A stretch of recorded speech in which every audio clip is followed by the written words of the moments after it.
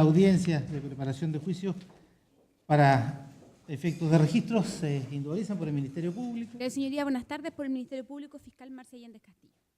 ¿Me acompaña? Muy buenas tardes, señoría. Por la querellante institucional Consejo Defensa del Estado, abogado Guillermo Lara Fernández. Buenos días, magistrado. Por la misma parte, Consejo Defensa del Estado, parte querellante en esta causa, comprese el abogado Carlos Chacón Figueroa. Además, Buenas tardes, magistrado. Por el Servicio de Impuesto Interno, abogado Manuel Navarrete Gómez. Buenas tardes, magistrado. También por el Servicio de Impuestos Internos, el abogado Ignacio Pacheco Ramírez. por las defensas, buenas tardes. Perdón. Buenas tardes, magistrado. Juan Pablo Salazar, por Diego Acevedo Marambio. Bien.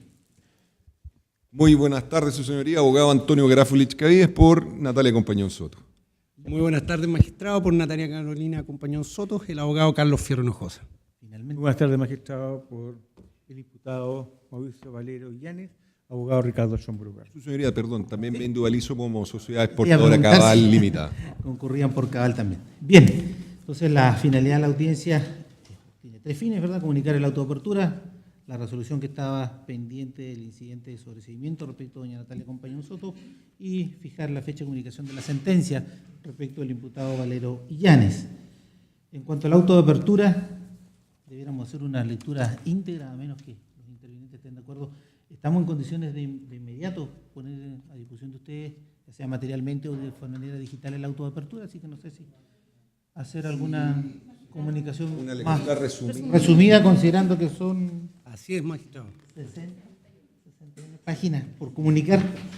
Bien, entonces, básicamente desde esta fecha, ¿verdad? 20 de abril de 2018, se ha realizado la audiencia de operación de juicio oral, se identifica a quienes concurrieron a la misma, luego se deja constancia que es el competente para conocer de juicio oral el Tribunal de Juicio Oral o Penal de Rancagua.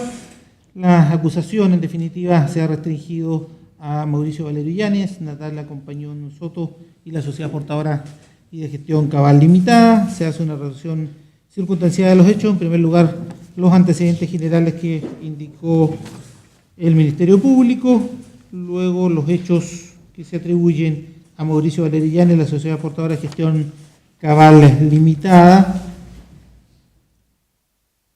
Finalmente, o a continuación, perdón, los hechos que se califican como delito tributario respecto a doña Natalia Compañón Soto, solicitándose entonces las penas que indicó en su libelo la Fiscalía, a su turno los querellantes en los términos que cada uno indicó. Son documentos que ya eran conocidos por lo demás de las defensas. Luego se deja constancia que no se presentó demanda civil y no se alcanzaron convenciones probatorias, sin perjuicio de lo que puede ocurrir el día de juicio oral en cuanto a establecer cuáles son los hechos concretos a debatir. Y luego se hace la reseña de la prueba, básicamente testimonial. No sé si es necesario reproducir la lista de los testigos. Son básicamente, en definitiva, conforme a la modalidad de trabajo que colaborativamente, que es el término que está tan de moda, logramos, ¿verdad?, hacer.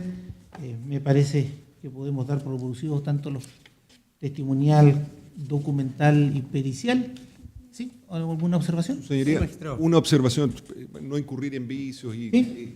atendido también la solicitud del propio magistrado del día de ayer, recapitulando, el querellante se ausentó el día de ayer y entiendo ahí que no adhiere a la prueba o adhirió, esa es la circunstancia en particular. El querellante había hecho suya toda la prueba de la Fiscalía al principio de la de la audiencia. audiencia, ya. Antes de retirarse la misma, sí. Perfecto, para los Está efectos de que- está la constancia, al igual que dejamos la constancia que ustedes hacían suya la prueba de la Fiscalía en el evento que ellos no quisieran presentar algún antecedente, no se vieran impedidos de hacerlo presente en el juicio. Ya sucede. Básicamente, entonces estamos contestes en cuáles son los antecedentes y la prueba que cada uno va a proponer, de modo que está desde ya a disposición de ustedes a través del medio tecnológico que estimen conveniente el auto de apertura. ¿Sí? Sobre ese punto, nosotros, en nuestra acusación particular, desde luego, Sí, hay una pena distinta que requirieron. ¿A eso se refiere? ¿O no? No, perdón, el servicio requirió más pena.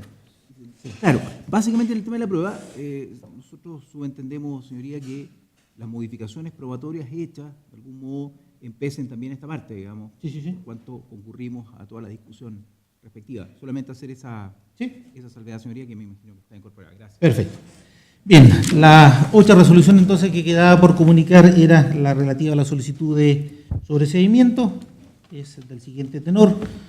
Vistos y teniendo presentes, primero que la defensa Natalia Compañón Soto solicitó el sobreseimiento definitivo de su representada conforme a los artículos 93 letra F, 250 letra A y B del Código Procesal Penal respecto a los delitos de tráfico, influencia, revelación de secretos, uso de información privilegiada y negociación incompatible, que la investigación se encuentre cerrada y el Ministerio Público solo acusó por los delitos que indica su libelo, conforme al principio de congruencia, por lo que al no haber hecho uso de alguna de las facultades que establece el artículo 248 del Código Procesal Penal respecto a los delitos que atañen a su petición, debe dictarse sobreseimiento, pues de lo contrario se afecta a los derechos del imputado y la certeza jurídica. Que según se ha resuelto es procedente dictar el sobreseimiento definitivo respecto a un imputado que no ha sido formalizado, que en cuanto a las denuncias y querellas en contra de ellas, esta no es funcionaria pública y de la investigación efectuada no existen antecedentes para establecer la ocurrencia de los hechos ni la participación de aquella. Por tanto, debe dictarse sobreseimiento conforme al artículo 150 del Código Procesal Penal en sus letras A o B.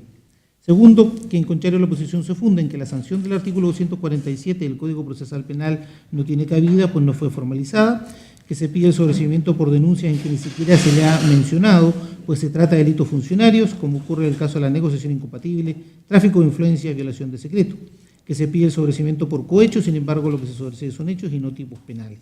Tercero, que en sus réplicas los intervinientes reiteraron sus alegaciones.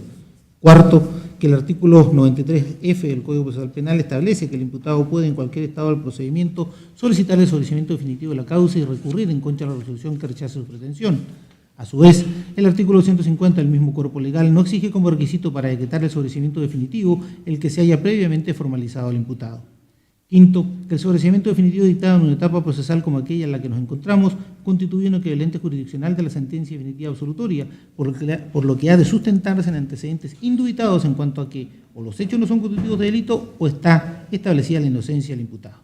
Es decir, no puede basarse en la valoración de los antecedentes de cargo, pues esa es tarea del sentenciador de fondo que no puede ser sustituida por esta vía.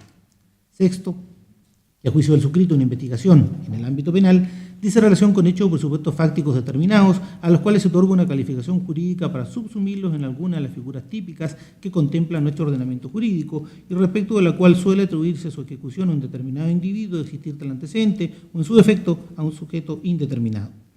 Séptimo, que en cuanto al fondo evaluativo respecto al primer fundamento del sobreseimiento solicitado, se tiene presente que el artículo 247 del Código Procesal Penal establece que transcurrido el plazo que la misma norma indica para presentar acusación, luego cerrar la investigación y el requerimiento del tribunal al efecto, éste dictará el sobreseimiento definitivo de no haber seducido aquello. Tal norma evidentemente discurre sobre la base de que existe un imputado formalizado respecto al cual se fijó plazo de investigación y que luego del cierre de la misma no se acusó en plazo. Al no ser este el caso de la solicitante, pues no fue formalizada, ha de desecharse por el solo motivo su petición. Cabe hacer presente que en concepto de suscrito no se produce la afectación de derecho pretendida desde que existe en su favor la figura de la prescripción. Octavo, que cuanto segundo argumento planteado por la defensa, no habiéndose establecido sino genéricamente por esta, que más bien hizo alusión a tipos penales, cuáles son los hechos que se pretenden no serían constitutivos de delito, más aún cuando se alude a figuras típicas que requieren el partícipe calidades especiales, tampoco puede acoger su solicitud, pues ello significa sustituir el razonamiento jurisdiccional de fondo, lo que está vedado al suscrito conforme se hizo referencia en el motivo quinto. Noveno, que en cuanto a la concurrencia, por supuesto, letra B del artículo 150 del Código Procesal Penal, menos aún se ha acreditado la inocencia que exige la referida norma, estándar de suyo muy superior a la sola falta de antecedentes suficientes de participación al término de la investigación, como se alegó en estrado.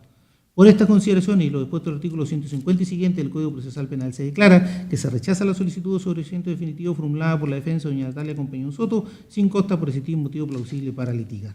Dictada por Luis Berría Alarcón, juez de garantía de Rancagua. Y finalmente, en cuanto a la comunicación de la sentencia respecto a Valerio Llanes, se fija al efecto la audiencia de este día, martes 24 de abril a las 16 horas. ¿Alguna otra solicitud, además de las copias que ya están a su disposición? No sucedió. Como se pide entonces, damos por terminada la audiencia. ¿Podemos entregarle inmediato ¿sí? ¿Y la copia de la resolución también? Bien. Gracias, magistrado. Gracias, magistrado.